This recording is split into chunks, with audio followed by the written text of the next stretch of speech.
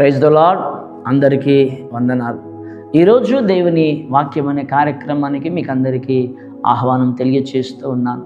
లూకా సువార్త 19వ అధ్యాయము 9వ వచనం. అందుకు యేసు, ఇతడును అబ్రహాము కుమారుడే, ఎందుకనగా నేడు ఈ ఇంటికి రక్షణ వచ్చి ఉన్నది. అందుకు యేసు, ఇతడును అబ్రహాము కుమారుడే, ఆ ఇంటికి రక్షణ వచ్చింది అని చెప్పేసేసి సమాజానికి ఆయన తెలియజేస్తూ ఉన్నాడు. చుట్టుపక్కల వారందరికీ తెలియజేస్తూ ఉన్నాడు. ఆ విధంగా తెలియజేయడానికి గల కారణం ఏంటి? ఇతడు అబ్రహాము కుమారుడే, ఈ ఇంటికి రక్షణ వచ్చింది అని అంటే అంతకుముందు ఆ ఇంటికి రక్షణ లేదు. ఇతడు అబ్రహాము కుమారుడు అంటే అంతకుముందు ఆయన అబ్రహాము కుమారుడు కాదు అని అర్థం. మరి అబ్రహాము కుమారుడు ఎలా అయ్యాడు, ఆ ఇంటికి ఎలా రక్షణ వచ్చింది అనే విషయాన్ని గనక మనం గమనించినట్లయితే చూడండి ప్రియులారా, ఇదే లూకా సువార్త 19వ అధ్యాయం 1 నుంచి 10 వచనాల్లో మనం ధ్యానం చేసినట్లయితే యెరికో ప్రాంతములోనికి, యెరికో పట్టణంలోనికి యేసుక్రీస్తు వారు వచ్చారనేటువంటి వార్త విన్నటువంటి ఈ జక్కయ్య ఏం చేశాడయ్యా అని లేఖన భాగంలో మనం గమనిస్తే వాక్యం చాలా స్పష్టంగా తెలియజేస్తూ ఉన్నది. ఆశపడుతూ ఉన్నాడట. ఏం ఆశపడుతూ ఉన్నాడు అంటే ఆయన నుంచి స్వస్థతలు ఆశపడట్లేదు, ఆయన నుంచి అద్భుతాలు ఆశపడట్లేదు, ఆయన నుంచి ఏదో మేలులు పొందాలని ఆశపడట్లేదు. ఆయన ఎలా ఉంటాడో చూడాలని ఆశపడుతూ ఉన్నాడు. యేసుడు ఎవరో చూడాలని ఆశించెను అని దేవుని యొక్క లేఖనాల్లో మనం చూస్తూ ఉన్నాం. చూడండి ప్రియులారా, ఆశ అనేది చాలా ప్రాముఖ్యమైనటువంటిది. ఆశ ఈ వ్యక్తిలో ఎప్పుడైతే కలిగిందో ఆయన ఏం చేశాడంటే సరాసరి యేసుక్రీస్తు వారు ఉన్న చోటికి వెళ్ళిపోయాడు. యేసుక్రీస్తు వారు ఉన్న చోటికి వెళ్ళిపోయాడు.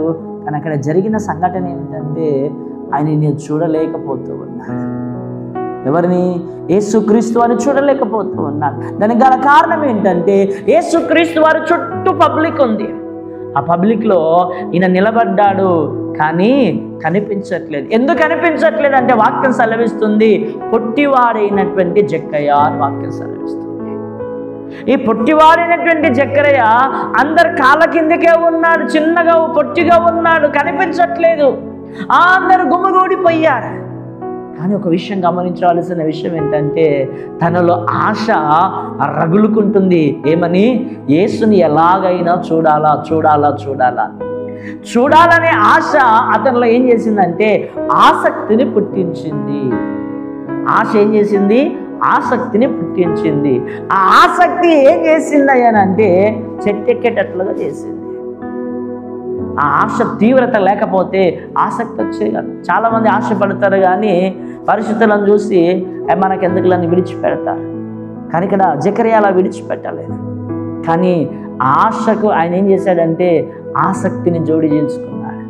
ఆశ ఆసక్తి రెండు కలిసి ఏం చేశాయి అంటే చెట్టు ఎక్కేటట్లు చేశాయి. ఆ చెట్టు ఎక్కాడు, చెట్టు మీద కూర్చున్నాడు. చెట్టు మీదకి వెళ్ళి కూర్చొని యేసును చూస్తూ ఉన్నాడు. యేసును చూసినప్పుడు ఆహా, ఈరోజు నేను యేసును చూశాను అని ఆయన తృప్తి పడుతూ ఉండగా యేసుక్రీస్తు వారు ఒక గొప్ప మాట పలుకుతున్నాడు అక్కడ. ఏంటయ్యా ఆ మాట అంటే, ఇదిగో జకరియా నువ్వు తొందరగా దిగిరా, ఇదిగో జకరియా నువ్వు తొందరగా దిగిరా. ఎందుకు ప్రభువా? నేడు నేను నీ ఇంట ఉండవలసి ఉన్నది. సరే మంచిదని చెప్పి వెంటనే ఏం చేశాడయ్యా అంటే, ప్రభువా రా నా ఇంటికి, ప్రభువా రా నా ఇంటికి అని చెప్పి ఇంటికి ఆహ్వానిస్తూ ఉన్నాడు. ఇంటికి ఆహ్వానిస్తున్నాడు. ఆ ఇంటికి రక్షణ రావడానికి గల కారణం అక్కడ లేఖనంలో గమనిస్తే ఆశిస్తూ ఉన్నాడు, ఆశపడుతూ ఉన్నాడు. మన లేఖనం గమనిస్తే అతడు ఆసక్తి కలిగి ఉన్నాడు. ఆ లేఖన భాగంలో గమనిస్తే అతడు ఏం చేస్తున్నాడు? ఆహ్వానిస్తున్నాడు. రా ప్రభువా నా ఇంటిలోనికి అన్నాడు. సరే మంచిదని చెప్పేసేసి యేసుక్రీస్తు వారు ఆయన ఇంటిలోనికి వెళ్ళిపోయాడు. ఇంటిలోనికి వెళ్ళిపోయిన తర్వాత అందరు కలిసి ఆయన మీద, ఎవరి మీద? యేసుక్రీస్తు వారి మీద, ఆ విధంగానే ఈ జక్కయ్య మీద సనుక్కుంటున్నారు, గుడుక్కుంటున్నారు. వాళ్ళు ఎలాంటి వాడో తెలుసా? వాడు ఎలాంటి మనుష్యుడో తెలుసా? ఆయన ఇంట్లోకి ఎలా వెళ్ళాడు? వాడు మూర్ఖుడు, వాడు కసాయివాడు, భయంకరంగా మమ్మల్ని పీడించి మా రక్తం త్రాగేటువంటి వాడు అని అందరూ గునుక్కుంటున్నారు, సనుక్కుంటున్నారు, అసహించుకుంటున్నారు. కానీ యేసుక్రీస్తు వారు హాయిగా ఆ ఇంట్లోకి వెళ్ళాడు, ఆ ఇంట్లో కూర్చున్నాడు, వారితో మాట్లాడుతున్నాడు. కానీ యేసుక్రీస్తు వారు జక్కయ్యతో ఏ విషయము కూడా ఆదేశించలేదు. ఆయన పోయి ఆ ఇంట్లో కూర్చున్న తర్వాత అప్పుడు జకరియా మాట్లాడుతున్న మాట ఏమిటంటే, అయ్యా, నేను ఎవరి యొద్దనైతే అన్యాయంగా తీసుకున్నానో ఒక వంతుకు రెండంతలుగా మరలా తిరిగి ఇచ్చేస్తానయ్యా. నీవు పరిశుద్ధుడవు, నీవు నీతిమంతుడవు, నీవు నా గృహములోనికి వచ్చావు, నీవు నా ఇంటిలోనికి వచ్చావు, నీవు నా ఇంటిలో కూర్చున్నావు గనుక నీవున్న చోట అక్రమం ఉండకూడదు, అన్యాయం ఉండకూడదు, మోసముతో సంపాదించినది ఏది కూడా నా ఇంట నిలవకూడదు ప్రభువా. భూములు, ఇండ్లు, ఆస్తులు, వెండి, బంగారములు ఏవేవైతే నేను అన్యాయంగా తీసుకున్నానో దానికి ఒక్కంతకు రెండంతలుగా అందరికి ఇచ్చేస్తాను ప్రభు అని చెప్పి ఊరు వాడందరినీ పిలిచాడు. ఆయన దగ్గర ఉన్నదంతా కూడా అందరికీ ధర్మం చేసేసాడు, అందరికీ ధర్మం చేసేసాడు, అందరికి ఇచ్చేసేసాడు. అందరికి ఇచ్చేసేసిన తర్వాత అక్కడప్పుడు యేసుక్రీస్తు వారు ఆయనతో మాట్లాడుతున్న మాట ఏమిటంటే, ఇదిగో నేడు నీ ఇంటికి రక్షణ వచ్చింది. ఎందుకంటే నీ గుడారం అనేటువంటి హృదయములో నుండి, నీ గుడారం అనేటువంటి నీ ఇంటిలో నుండి దుర్మార్గమంతా నువ్వు బయటికి తీసేసావు, దుర్మార్గమంతా, పాపపు జీవితమంతా నువ్వు తీసేసుకున్నావు. నీతిమంతుడుగా నన్ను నీ హృదయంలోనికి, నీ ఇంటిలోనికి చేర్చుకున్నావు కనుక ఈ రోజు నుంచి నీవు అబ్రహాము కుమారుడవు, నీ ఇంటికి రక్షణ వచ్చిందని చెప్పి దేవుని లేఖనాలు సెలవిస్తున్నాం. అవును ప్రియులారా, యేసుక్రీస్తు వారు శిష్యులకు తెలియజేస్తున్న మాట ఏమిటంటే, మిమ్మల్ని ఎవరైనా ఆహ్వానించినట్లయితే ఆ ఇంట్లోనికి మీరు వెళ్ళండి, ఆ ఇంట్లో ప్రార్థనలు పెట్టండి, ఆ ఇంటికి సమాధానం కలుగునుగా కానీ ప్రకటించండి, ఆ కుటుంబాలను దీవించి ఆస్వాదించరండి అని చెప్పారు. మీరు వెళ్ళినప్పుడు మిమ్మల్ని చేర్చుకొని, మిమ్మల్ని హత్తుకొని మీరు ఆ ఇంట్లోనికి వెళ్ళిన తర్వాత ఆ ఇంటికి సమాధానం కలుగునుగా కానీ మీరు ప్రకటించండి. ఒకవేళ మీరు పలికినటువంటి మాటకు అర్హత ఆ ఇంటిలో సమాధానక పాత్రనికి స్థలము లేకపోతే ఆ దీవెనలన్నీ కూడా మరలా మీ వెంటే వచ్చేస్తాయని చెప్పాడు.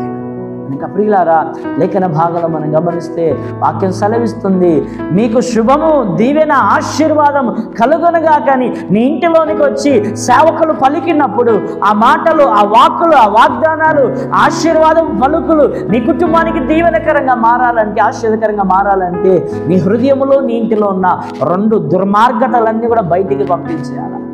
అప్పుడు సమాధాన పాత్రుడు వచ్చి యేసుక్రీస్తు వారు కూర్చున్నట్లుగా కూర్చుంటాడు.